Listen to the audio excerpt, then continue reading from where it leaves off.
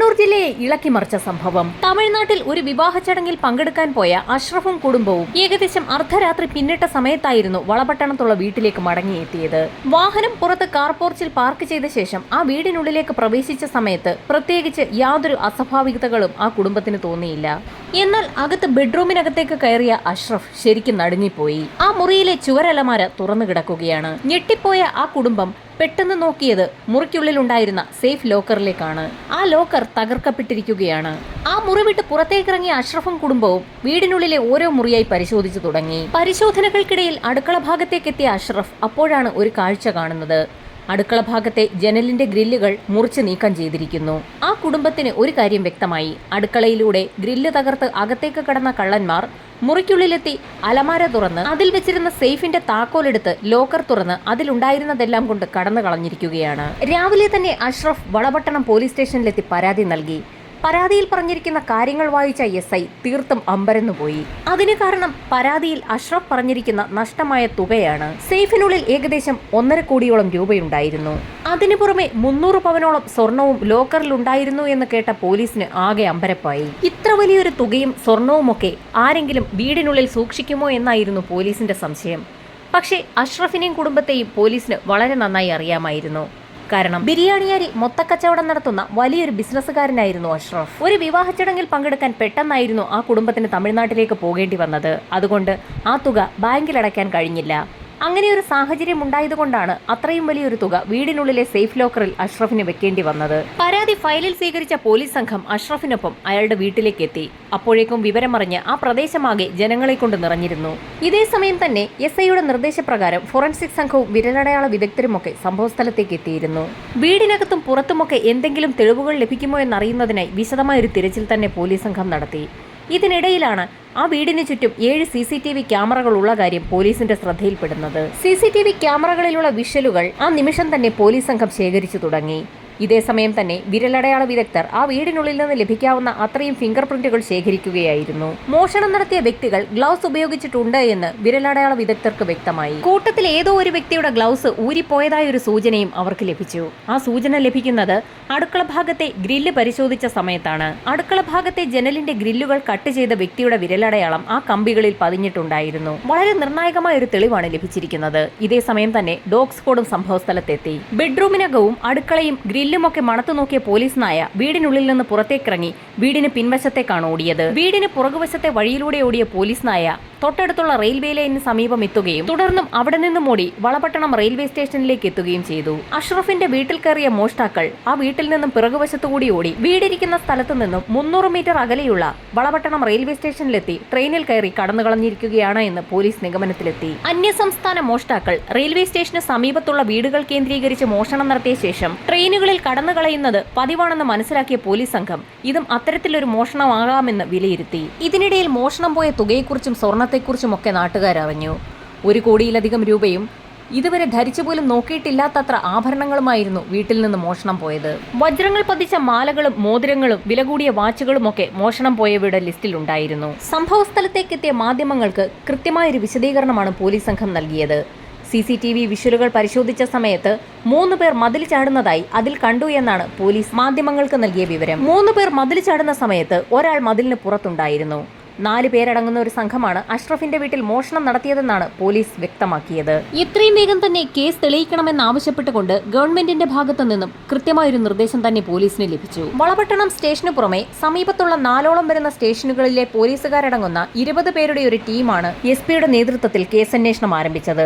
അന്വേഷണം അതിവേഗത്തിലാക്കുന്നതിന്റെ ഭാഗമായി 20 പേരടങ്ങുന്ന ആ സംഘത്തെ വീണ്ടും 4 ടീമുകളായി തിരിച്ചു. അഷ്റഫിന്റെ വീട്ടിൽ നിന്ന് ലഭിച്ച CCTVകൾ കേന്ദ്രീകരിച്ചുള്ള അന്വേഷണ ചുമതലയാണ് ഒരു ടീമിന് നൽകിയത്. ട്രെയിനിൽ രക്ഷപ്പെട്ടുപോയ പ്രതികളുടെ മൊബൈൽ ടവർ ലൊക്കേഷനുകൾ കേന്ദ്രീകരിച്ചുള്ള അന്വേഷണം നടത്താനാണ് മറ്റൊരു ടീമിന് നിർദ്ദേശം നൽകിയത്. കോഴിക്കോട് മുതൽ മംഗലാപുരം വരെയുള്ള സകല മൊബൈൽ ടവറുകളും ഈ അന്വേഷണത്തിന്റെ പരിധിയിൽപ്പെടും. കോഴിക്കോട് മുതൽ മംഗലാപുരം വരെയുള്ള ടവർ ലൊക്കേഷനുകളിൽ സംഭവം നടന്ന ദിവസം ആക്റ്റീവായിട്ടുള്ള ഫോണുകളുടെ ഡീറ്റെയിൽസ് എടുക്കുക എന്നത് ശരിക്കും ശ്രമകരമായ ഒരു ദൗത്യം തന്നെയായിരുന്നു. ഇതേസമയം തന്നെ ഒരു സംഘം പോലീസുകാർ കോഴിക്കോട് മുതൽ മംഗലാപുരം വരെയുള്ള ലോഡ്ജുകൾ കേന്ദ്രീകരിച്ചുള്ള അന്വേഷണവും ആരംഭിച്ചു. ഇതേസമയം തന്നെ പ്രദേശവാസികളുടെയും അഷ്റഫുമായി ബന്ധപ്പെട്ടിട്ടുള്ള ആളുകളുടെയും സുഹൃത്തുക്കളുടെയും ഒക്കെ വിവരശേഖരണം നടത്തുന്നതിനായി ഒരു സംഘം പോലീസുകാർ പുറപ്പെട്ടു. പ്രദേശത്തുള്ള ഓരോ വീടുകളും കയറിയിറങ്ങി തന്നെ പോലീസ് സംഘം അന്വേഷണം ആരംഭിച്ചു. സംഭവം നടന്ന ദിവസം രാത്രിയിൽ വീട്ടിലുള്ള ഓരോ വ്യക്തികളും എവിടെയായിരുന്നു എന്നുള്ള പോലീസിന്റെ ചോദ്യവും അതിന് നാട്ടുകാർ നൽകുന്ന മറുപടിയും റെക്കോർഡുകളായി മാറിക്കൊണ്ടിരിക്കുകയായിരുന്നു. ഇതേസമയം തന്നെ കേരളത്തിലുടനീളം സമാനമായ രീതിയിലുള്ള മോഷണം എവിടെയൊക്കെ നടന്നിട്ടുണ്ടോ എന്നുള്ള ഒരു അന്വേഷണം കൂടി പോലീസ് നടത്തി.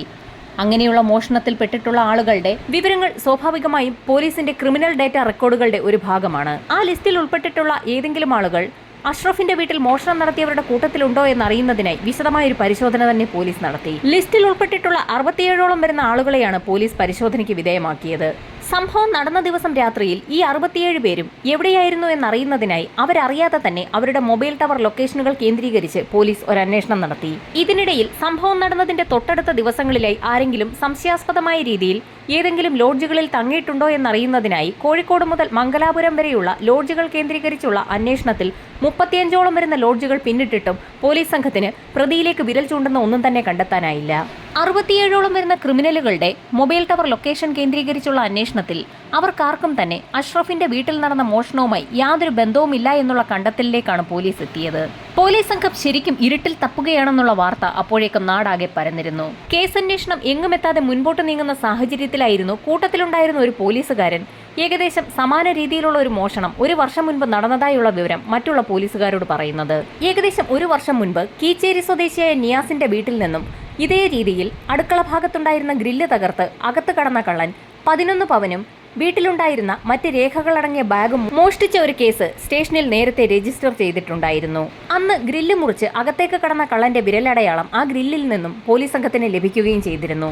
എന്നാൽ പോലീസ് ലിസ്റ്റിൽ ഉണ്ടായിരുന്ന ക്രിമിനൽസിന്റെ ഒന്നും തന്നെ ഫിംഗർ പ്രിന്റുകളുമായി അന്ന് ലഭിച്ച വിരലടയാളം മാച്ച് ചെയ്തിരുന്നില്ല. കീച്ചേരിയിൽ ഉണ്ടായതിന് സമാനമായ ഒരു മോഷണമാണ് അഷ്റഫിന്റെ വീട്ടിലും നടന്നിരിക്കുന്നത്. അതുകൊണ്ട് തന്നെ അന്നത്തെ ആ ഫിംഗർ പ്രിന്റ് അഷ്റഫിന്റെ വീട്ടിലെ അടുക്കളയുടെ ഭാഗത്തെ ജനലിൽ നിന്ന് ലഭിച്ചിരിക്കുന്ന ഫിംഗർ പ്രിന്റുമായി ഒന്ന് മാച്ച് ചെയ്തു നോക്കാൻ പോലീസ് തീരുമാനിച്ചു. വിരലടയാള വിദഗ്ധർ ഫിംഗർ പ്രിന്റുകൾ മാച്ച് ചെയ്തതിനു ശേഷം ഞെട്ടിക്കുന്ന ഒരു റിപ്പോർട്ടാണ് പോലീസിന് കൈമാറിയത്. കീച്ചേരിയിലെ വീട്ടിൽ കയറിയ കള്ളന്റെ അതേ വിരലടയാളം തന്നെയാണ് അഷ്റഫിന്റെ വീട്ടിൽ കയറിയ കള്ളന്റേതും. കള്ളൻ ഒരാൾ തന്നെയെന്ന് മനസ്സിലാക്കിയ പോലീസ് സംഘം നേരത്തെ കീച്ചേരിയിൽ മോഷണം നടന്ന നിയാസിന്റെ വീട്ടിൽ ഒരു പരിശോധനയ്ക്കായി എത്തി. അന്ന് ലഭിക്കാത്ത എന്തെങ്കിലും തെളിവുകൾ ഇപ്പോൾ ലഭിക്കുമോ എന്നൊന്നറിയുന്നതിനു വേണ്ടിയായിരുന്നു അവിടെ ഒരു അന്വേഷണം നടത്താൻ പോലീസ് സംഘം തീരുമാനിച്ചത്. കീച്ചേരിയിലുള്ള ആ വീട്ടുകാരോട് 1 വർഷം മുൻപ് നടന്ന മോഷണത്തെക്കുറിച്ച് പോലീസ് ഒന്നുകൂടി ഒരു വിവരശേഖരണം നടത്തി. അപ്പോഴാണ് ചില നിർണായക വിവരങ്ങൾ പോലീസിന് ലഭിക്കുന്നത്. മോഷണം നടക്കുന്നതിന് ഏതാനും ദിവസങ്ങൾക്ക് മുൻപ് ആ വീടിന് മുകൾ ഭാഗത്ത് കുറേയിട ഷീറ്റിട്ടിരുന്നു. ഷീറ്റിന്റെ പണി പൂർത്തിയായതിന്റെ തൊട്ടടുത്ത ദിവസമായിരുന്നു ആ വീട്ടിൽ മോഷണം നടന്നത്. നിയാസിന്റെ വീട്ടിൽ ഷീറ്റിന്റെ പണി നടത്തിയ ആളുകളെയൊക്കെ കേന്ദ്രീകരിച്ച് ഒരു അന്വേഷണം നടത്താമെന്ന് പോലീസ് തീരുമാനിച്ചു. അവരെക്കുറിച്ചുള്ള വിവരങ്ങൾ നിയാസിന്റെ വീട്ടിൽ നിന്ന് മനസ്സിലാക്കിയ പോലീസ് സംഘം അവരെ ഓരോരുത്തരെയായി കണ്ട് കിട്ടാവുന്നത്ര വിവരങ്ങൾ ശേഖരിക്കാനായിരുന്നു തീരുമാനിച്ചത്. ഇതേ സമയം തന്നെ മോഷണം നടന്ന ദിവസത്തെ നിയാസിന്റെ വീട്ടിലെ CCTVകൾ കേന്ദ്രീകരിച്ച് വിശദമായി തന്നെ ഒരു അന്വേഷണം കൂടി പോലീസ് നടത്തി. ആ CCTV വിഷ്വലുകൾ വീണ്ടും ചെക്ക് ചെയ്ത പോലീസുകാർക്ക് നിയാസിന്റെ വീട്ടിൽ മോഷണം നടന്ന സമയത്ത് ഗ്ലൗസ് ധരിച്ച ഒരു വ്യക്തി മോഷണം നടന്ന സമയത്ത് നിയാസിന്റെ വീട്ടുപരിസരത്തുണ്ടായിരുന്നു എന്നുള്ള കാര്യം വ്യക്തമായി. ഇതേ സമയം തന്നെ അഷ്റഫിന്റെ വീട്ടിലെ CCTV വിഷ്വൽസും പോലീസ് വിശദമായി തന്നെ ചെക്ക് ചെയ്തു നോക്കി. അഷ്റഫിന്റെ വീട്ടിൽ 7 CCTV ക്യാമറകളായിരുന്നു സ്ഥാപിച്ചിട്ടുള്ളത്. മോഷണം നടത്തിയ വ്യക്തികൾ ആ ക്യാമറകളൊക്കെ തിരിച്ച് മറ്റൊരു ദിശയിലേക്ക് വെച്ചിരിക്കുകയായിരുന്നു. അടുക്കള വശത്തുണ്ടായിരുന്ന ഒരു CCTVയുടെ ദൃശ്യങ്ങളിൽ നിന്നാണ് 3 പേർ നടന്നു പോകുന്നതായി തോന്നിക്കുന്ന രീതിയിലുള്ള ചില വിഷ്വലുകൾ പോലീസിന് ലഭിച്ചത്. മറ്റുള്ള 6 CCTV ക്യാമറകളും മോഷ്ടാക്കൾ അവരുടെ മുഖം പതിയാതിരിക്കുന്നതിനായി എതിർവശത്തേക്ക് തിരിച്ചു വെച്ചിരിക്കുകയായിരുന്നു. എന്നിട്ടും ആ വിഷ്വലുകളൊക്കെ പോലീസ് ചെക്ക് ചെയ്തു. ഈ സമയത്താണ് നിർണായകമായ ഒരു കാര്യം പോലീസിന്റെ കാഴ്ചയിൽപ്പെട്ടത്. ശരിക്കും ദൈവത്തിന്റെ അടയാളമെന്ന് തന്നെ പറയാം. ടെറസിന്റെ ഭാഗത്തുണ്ടായിരുന്ന CCTV അബദ്ധത്തിൽ മോഷ്ടാവ് തിരിച്ചു വെച്ചത് അഷ്റഫിന്റെ ബെഡ്റൂമിന്റെ ഭാഗത്തേക്കായിരുന്നു. ബെഡ്റൂമിൽ കയറിയ കള്ളൻ അല്ലെങ്കിൽ കള്ളന്മാരിൽ ഒരാൾ ജനലിന്റെ ഭാഗത്തുണ്ടായിരുന്ന കർട്ടൻ ഒരൽപ്പം മാറ്റിയിട്ടുണ്ട്. കർട്ടൻ മാറ്റിയ ഭാഗത്തൂടെ മുഖംമൂടി ധരിച്ച കഷണ്ടിയായ ഒരു വ്യക്തിയാണ് ബെഡ്റൂമിനുള്ളിൽ മോഷണം നടത്തുന്നതെന്ന് വ്യക്തമായി. ആ സമയത്ത് അയാൾ ആ കർട്ടൻ മാറ്റിയില്ലായിരുന്നെങ്കിൽ ഒരുപക്ഷെ CCTVയിൽ അയാളുടെ മുഖം പതിയില്ലായിരുന്നു. ദൃശ്യങ്ങളിൽ നിന്നും അയാൾ ധരിച്ചിരിക്കുന്ന വസ്ത്രവും പോലീസ് സസൂക്ഷ്മം നിരീക്ഷിച്ചു. ഈ സമയത്തും പോലീസ് സംഘം മാധ്യമങ്ങൾക്ക് നൽകിയിരുന്ന വിവരം ഒന്നിലധികം പേർ ചേർന്ന് നടത്തിയ മോഷണമാണിതെന്നായിരുന്നു.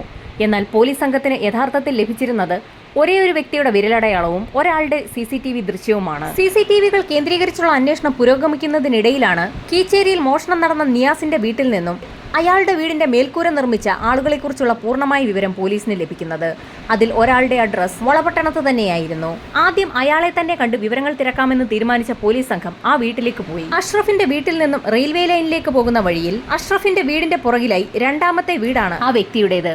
ചോദ്യം ചെയ്യലിന്റെ ഭാഗമായി നേരത്തെ തന്നെ പോലീസ് സംഘം ആ വീട്ടിലും എത്തിയിട്ടുണ്ടായിരുന്നു. വീണ്ടും പോലീസ് സംഘം എന്തുകൊണ്ടാകാം അങ്ങോട്ടേക്ക് എത്തുന്നതെന്ന് വീട്ടിലുള്ളവർ കരുതി. അത് വെൽഡിംഗ് വർക്കൊക്കെ നടത്തുന്ന ലിജേഷ് എന്ന വ്യക്തിയുടെ വീടായിരുന്നു. പോലീസ് അയാളെ വിശദമായി തന്നെ ചോദ്യം ചെയ്തു. കീച്ചേരിയിലുള്ള നിയാസിന്റെ വീടിന്റെ മേൽക്കൂര താൻ തന്നെയാണ് വെൽഡ് ചെയ്തതെന്ന് അയാൾ പോലീസിനോട് പറഞ്ഞു. കൂടുതൽ ചോദ്യം ചെയ്യലിന്റെ ഭാഗമായി ഒന്ന് സ്റ്റേഷൻ വരെ വരണമെന്ന് SI ആവശ്യപ്പെട്ടതിനെ തുടർന്ന് ലിജേഷും അവർക്കൊപ്പം പോലീസ് സ്റ്റേഷനിലേക്ക് പോയി. വെൽഡിംഗ് വർക്ക് ആയതുകൊണ്ട് തന്നെ വീടുകളുടെയൊക്കെ ഗ്രില്ലൊക്കെ വളരെ വേഗത്തിൽ മുറിക്കാൻ ലിജേഷിന് കഴിയുമായിരിക്കുമല്ലോ എന്ന് SI ലിജേഷിനോട് ചോദിച്ചു. താനൊരു വെൽഡർ ആയതുകൊണ്ട് തന്നെ അതൊക്കെ അതിവേഗം ചെയ്യാൻ സാധിക്കുമെന്ന് അയാൾ പോലീസിന് മൊഴി നൽകി. ഒരു പതർച്ചയുമില്ലാതെയാണ് അന്വേഷണ സംഘത്തോട് ലിജേഷ് പെരുമാറിയത്. ഈ സമയത്തായിരുന്നു കണ്ണൂർ SP നിർണായകമായ ഒരു ചോദ്യം ലിജേഷിനോട് ചോദിക്കുന്നത്. നിയാസിന്റെ വീട്ടിലും അഷ്റഫിന്റെ വീട്ടിലും മോഷണം നടത്തിയത് ലിജേഷ് ആണെന്ന് തങ്ങൾക്ക് വ്യക്തമായ തെളിവ് കിട്ടിയെന്നും ഇനി ആ കുറ്റം താനങ്ങ് സമ്മതിച്ചാൽ മതിയെന്നുമായിരുന്നു SP പറഞ്ഞത്. ഇത് കേട്ട് ലിജേഷ് ആകെ അമ്പരന്നു. പകച്ചിരിക്കുന്ന ലിജേഷിന്റെ മുൻപിലോട്ട് പോലീസുകാർ തെളിവുകൾ ഓരോന്നായി നിരത്തി തുടങ്ങി. മോഷണം നടന്ന 2 വീടുകളിലെയും ഗ്രില്ലുകളിൽ നിന്ന് ഒരേ ഫിംഗർ പ്രിന്റുകളാണ് ലഭിച്ചിട്ടുള്ളതും അത് ലിജേഷിന്റേതാണെന്ന് തങ്ങൾക്ക് മനസ്സിലായെന്നും പോലീസ് പറഞ്ഞു. ഇതോടൊപ്പം തന്നെ CCTV വിഷ്വലുകളിൽ നിന്ന് അയാളുടെ രൂപം ഏകദേശം വ്യക്തമായിരുന്നു. മറ്റൊരു പ്രധാനപ്പെട്ട കാര്യം, ലിജേഷിന്റെ മൊബൈൽ ട്രാക്ക് ചെയ്ത സമയത്ത് സംഭവം നടന്ന ദിവസം അയാളുടെ മൊബൈൽ ഫോൺ ഫ്ലൈറ്റ് മോഡിലായിരുന്നു എന്നുള്ള കാര്യവും പോലീസ് കണ്ടെത്തി. അഷ്റഫിന്റെ വീട്ടിലെ ബെഡ്റൂമിൽ ലിജേഷ് നിൽക്കുന്ന വിഷ്വലുകൾ തങ്ങൾക്ക് ലഭിച്ചു എന്ന് പോലീസ് പറഞ്ഞത് കേട്ട ലിജേഷിന് ആകെ അമ്പരപ്പായിരുന്നു.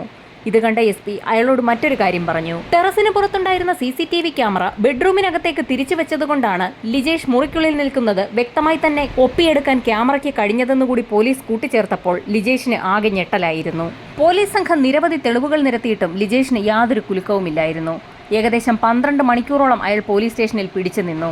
നിൽക്കക്കള്ളിയില്ലാതെ വന്നപ്പോൾ ലിജേഷ് പല കാര്യങ്ങളും പറഞ്ഞു തുടങ്ങി. മോഷണം നടത്തിയത് താനാണെന്ന് ലിജേഷ് സമ്മതിച്ചു. അതോടുകൂടി പോലീസിന്റെ ജോലി വളരെ വേഗത്തിലായി. തെളിവെടുപ്പിനായി പോലീസ് സംഘം ലിജേഷിനെയും കൂട്ടി അഷ്റഫിന്റെ വീട്ടിലെത്തി. അഷ്റഫിന്റെ വീടിന് തൊട്ടടുത്ത് താമസിക്കുന്ന ലിജേഷുമായി പോലീസ് സംഘം തെളിവെടുപ്പിന് അഷ്റഫിന്റെ വീട്ടിലേക്കെത്തിയത് നാട്ടുകാരെയും ആ കുടുംബത്തെയും ഒന്നടങ്കം ഞെട്ടിച്ചു. സംഭവം നടന്ന വീട്ടിലെ തെളിവെടുപ്പ് പൂർത്തിയാക്കിയ ശേഷം ലിജേഷുമായി പോലീസ് സംഘം ലിജേഷിന്റെ തന്നെ വീട്ടിലേക്കെത്തി. പോലീസ് സംഘത്തിനൊപ്പം ലിജേഷ് വീട്ടിലേക്കെത്തുന്നത് അമ്പരപ്പോടുകൂടിയാണ് അയാളുടെ വീട്ടുകാർ നോക്കിക്കണ്ടത്. ആ സംഘം നേരെ പോയത് ലിജേഷിന്റെ ബെഡ്റൂമിലേക്കാണ്. പോലീസിന്റെ സാന്നിധ്യത്തിൽ തന്നെ ലിജേഷ് തന്റെ കട്ടിലിന്റെ മുകൾ ഭാഗം ഒന്നിളക്കി മാറ്റി. അതിനു താഴെ വിശാലമായ ഒരു അറയുള്ള കാര്യം ആ വീട്ടുകാർക്ക് പോലും അറിയില്ലായിരുന്നു. ആ അറയ്ക്കുള്ളിലേക്ക് നോക്കിയ പോലീസ് സംഘത്തിന് പുറമെ വീട്ടുകാരും അമ്പരന്നു പോയി. നോട്ടുകെട്ടുകൾ അടുക്കി വെച്ചിരിക്കുകയാണ്. അതിനു പുറമെ വിവിധ രീതിയിലുള്ള ആഭരണങ്ങളുടെ വലിയൊരു ശേഖരവും ഉണ്ടായിരുന്നു. അപ്പോഴേക്കും വാർത്ത കാട്ടുതീ പോലെ പരന്നിരുന്നു. വിവരമറിഞ്ഞ് നാട്ടുകാരുടെ വലിയൊരു തെള്ളിക്കയറ്റം തന്നെ ആ വീടിന് മുറ്റത്തുണ്ടായി. വിവരമറിഞ്ഞ് അഷ്റഫും കുടുംബവും ലിജേഷിന്റെ വീട്ടിലേക്കെത്തി.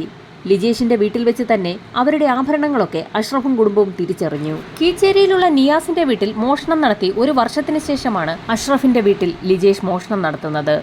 യാദൃശ്ചികവശാലായിരുന്നു അഷ്റഫും കുടുംബവും തമിഴ്നാട്ടിൽ വിവാഹ ചടങ്ങിൽ പങ്കെടുക്കാൻ പോകുന്ന വിവരം ലിജേഷ് അറിഞ്ഞത്. ആ വിവരമറിഞ്ഞ അയാൾ ആ വീട്ടിൽ മോഷണം നടത്താൻ തീരുമാനിക്കുകയായിരുന്നു. അഷ്റഫും കുടുംബവും തമിഴ്നാട്ടിലേക്ക് പോയ ദിവസം രാത്രിയിൽ ആരുമറിയാതെ ആ വീടിന്റെ മതിൽ ചാടിക്കടന്ന് അകത്ത് കയറിയ ലിജേഷ് അഷ്റഫിന്റെ വീടിന്റെ അടുക്കള ഭാഗത്തുള്ള ജനലിന്റെ ഗ്രില്ല് മുറിച്ചു മാറ്റിയ ശേഷമായിരുന്നു അകത്തേക്ക് കടന്നത്. CCTVകളിൽ തന്റെ ദൃശ്യം പതിയാതിരിക്കാൻ വേണ്ടിയായിരുന്നു അവ ഓരോന്നും ലിജേഷ് തിരിച്ചു വെച്ചത്. അബദ്ധവശാൽ ടെറസിന് മുകളിലുണ്ടായിരുന്ന ക്യാമറ ലിജേഷ് തിരിച്ചു വെച്ചത് ലോക്കറുള്ള ബെഡ്റൂമിന്റെ ഭാഗത്തേക്കായി പോയി. സേഫ് ലോക്കറുകൾ ഉണ്ടാക്കി പരിചയം കൂടിയുള്ള വ്യക്തിയായതുകൊണ്ട് തന്നെ ലിജേഷിന് ആ സേഫ് ലോക്കറുകൾ തകർക്കുന്നതിന് യാതൊരു ബുദ്ധിമുട്ടും ഉണ്ടായില്ല. അഷ്റഫിന്റെ വീട്ടിൽ നിന്ന് മോഷ്ടിച്ച സ്വർണവും പണവും ഒക്കെ ഒരു ചാക്കിനുള്ളിലാക്കി ലിജേഷ് തന്റെ വീട്ടിലെത്തി ചായ്പിനുള്ളിലാണ് സൂക്ഷിച്ചത്. അഷ്റഫും കുടുംബവും തമിഴ്നാട്ടിൽ നിന്ന് മടങ്ങി വരാത്ത സാഹചര്യത്തിൽ തൊട്ടടുത്ത ദിവസം രാത്രിയിലും ലിജേഷ് ചാക്കുമായി എത്തി ബാക്കിയുണ്ടായിരുന്ന സ്വർണവും പണവും കൂടി അവിടെ നിന്ന് കടത്തിക്കൊണ്ടുപോയി. ഈ സമയത്ത് ലിജേഷ് അറിയാതെ അയാളുടെ കൈവശമുണ്ടായിരുന്ന ഒരു ഉളി ആ വീടിനുള്ളിൽ മിസ്സാവുകയും ചെയ്തു. അതൊരു തെളിവായി അഷ്റഫിന്റെ വീടിനുള്ളിൽ നടത്തിയ പരിശോധനയിൽ പോലീസ് സംഘം കണ്ടെടുക്കുകയും ചെയ്തു. അതിലുണ്ടായിരുന്ന ഫിംഗർ പ്രിന്റുകളും ലിജേഷിന്റേത് തന്നെയെന്ന് തെളിഞ്ഞു. അന്വേഷണത്തിന്റെ ആദ്യഘട്ടത്തിൽ തന്നെ മോഷ്ടാവ് ഒരേ ഒരു വ്യക്തി തന്നെയാണെന്ന് പോലീസിന് ഉറപ്പായിരുന്നു. എന്നാൽ ആ വിവരം മാധ്യമങ്ങളിലൂടെ പുറത്തു വന്നു കഴിഞ്ഞാൽ യഥാർത്ഥ കുറ്റവാളി രക്ഷപ്പെടാൻ ശ്രമിക്കുമെന്നുള്ള ഒരു നിഗമനത്തെ തുടർന്നാണ് മാധ്യമങ്ങൾക്ക് മുൻപിൽ ഒന്നിലധികം കുറ്റവാളികൾ ഉണ്ടായിരുന്നു എന്നുള്ള ഒരു ഇമേജ് പോലീസ് ഉണ്ടാക്കിയെടുത്തത്. പോലീസ് അതിവിദഗ്ധമായി നടത്തിയ ഒരു ഗെയിമിൽ ലിജേഷ് അറിയാതെ വീണു പോവുകയായിരുന്നു.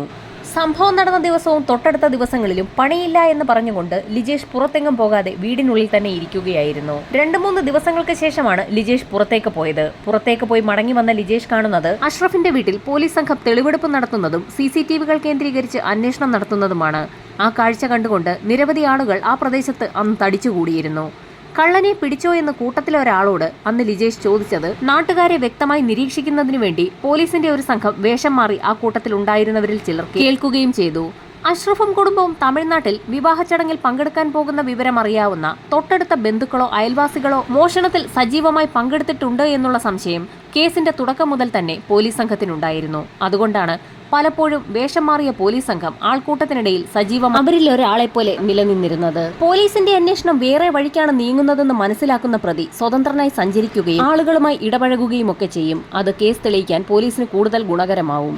സംഭവം നടന്ന ദിവസവും അതിന് തൊട്ടടുത്ത ദിവസവും ലിജേഷിന്റെ മൊബൈൽ ഫോൺ സ്വിച്ച്ഡ് ഓഫ് അല്ലായിരുന്നു എന്നും പല ടവർ ലൊക്കേഷനുകളിലായി അത് മൂവ് ചെയ്യുന്നുണ്ടായിരുന്നുവെന്നും പോലീസിന്റെ അന്വേഷണത്തിൽ കണ്ടെത്തിയിരുന്നു. മൊബൈൽ സ്വിച്ച്ഡ് ഓഫ് ആകാതെ തന്നെ മൊബൈൽ പല സ്ഥലങ്ങളിലും മൂവ് ചെയ്യണമെങ്കിൽ അത് ഫ്ലൈറ്റ് മോഡിലായിരിക്കാം ഇട്ടിരിക്കുന്നതെന്നും പോലീസ് അന്വേഷണത്തിൽ കണ്ടെത്തി. നാട്ടുകാരുടെയൊക്കെ മൊബൈൽ ഫോൺ കേന്ദ്രീകരിച്ച് നടത്തിയ അന്വേഷണത്തിൽ ലിജേഷിന്റെ മൊബൈൽ ഫോൺ കൃത്യം നടന്ന 2 ദിവസങ്ങളിലും ഫ്ലൈറ്റ് മോഡിലായിരുന്നു. സൈബർ സെല്ലിന്റെ അന്വേഷണത്തിൽ മൊബൈൽ ഫോണിന് വിവിധ ടവർ ലൊക്കേഷനുകളിലേക്കുള്ള മൂവ്മെന്റ്സ് കാണിക്കുന്നതിനാൽ എന്തുകൊണ്ടാകാം ഒരു വ്യക്തി മൊബൈൽ ഫോൺ ഫ്ലൈറ്റ് മോഡിലിട്ടുകൊണ്ട് എല്ലാ സ്ഥലങ്ങളിലും പോകുന്നതെന്നുള്ള പോലീസിന്റെ സംശയം ബലപ്പെട്ടു. അങ്ങനെയാണ് ലിജേഷിലേക്ക് തന്നെ പോലീസ് ശ്രദ്ധ കേന്ദ്രീകരിച്ചത്. കേരള പോലീസിന്റെ ഏറ്റവും മികച്ച രീതിയിലുള്ള ഒരു കേസന്വേഷണമായിരുന്നു വളപട്ടണത്ത് നടന്നത്. അതിവേഗം അന്വേഷണം പൂർത്തിയാക്കിയ കേരള പോലീസ് കോടതിയുടെയും സർക്കാരിന്റെയും പ്രത്യേക പ്രശംസ നേടി.